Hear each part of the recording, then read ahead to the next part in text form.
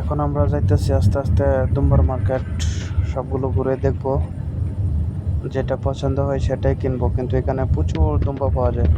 এটা হচ্ছে সৌদি আরব হাইল সিটি রৌদা তরিকে।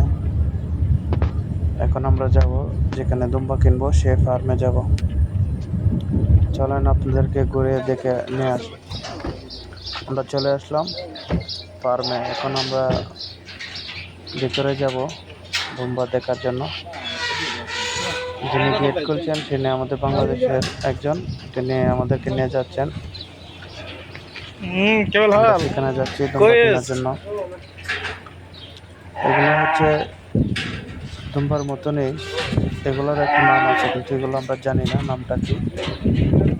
চলেন ভিতরে যাই, দেখে আসি।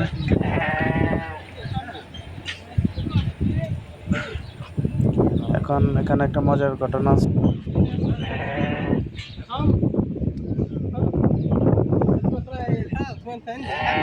مدير ما بسوي لا لا لا لا لا ما في صورة انت انا بس قنوم সৌদি ভেবেছে যে আমি ওর ভিডিও করছি, আসলে তা না। আমি মূলত গেলাম মানে দুম্বার এই ভিডিও করছিলাম। এখন আমাদের দেশি ভালো দেখে একটা দুম্বা ধরে আনছে আমাদের জন্য, মানে দেখার জন্য এটাতে কেমন মাংস হবে। তো চলেন দেখে আসি। দেখি বেটা না বেটি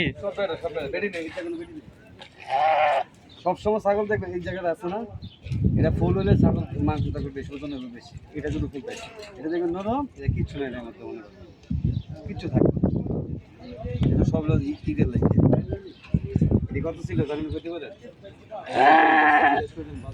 জানেন আমরা ফিট লইতে পারবো, আপনারও খুশি। আমরা বেশি এটাই করি। কোন দিনে বেটা রাখি পাই আমরা তফসিল করি না, আমরা এটাই করি।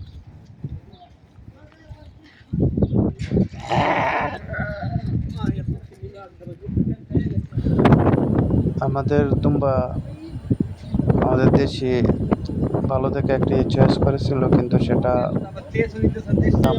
এখন আমরা যাব ভিতরে দাম করার জন্য। আর দেখেন এখানে কতগুলো দুম্বা, প্রচুর। এই জায়গাটা পুরাটাই একটা দুম্বার মার্কেট। আমরা বাইরে আসলাম, এখন দাম দর করবো। কত কই আবে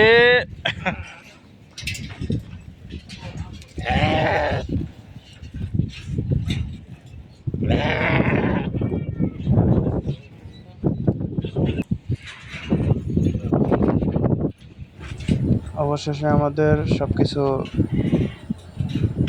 ফাইনাল হলো। আমরা একটা এখান থেকে দুম্বা কিনবো। দেখেন এখানে অনেকগুলো দুম্বা মানুষ কিনে রাখছে এখানে। ঈদের দিন সবগুলোই জবাই করা হবে। রাখি ভাই ছাগল কিনা হইছে, কি অবস্থা?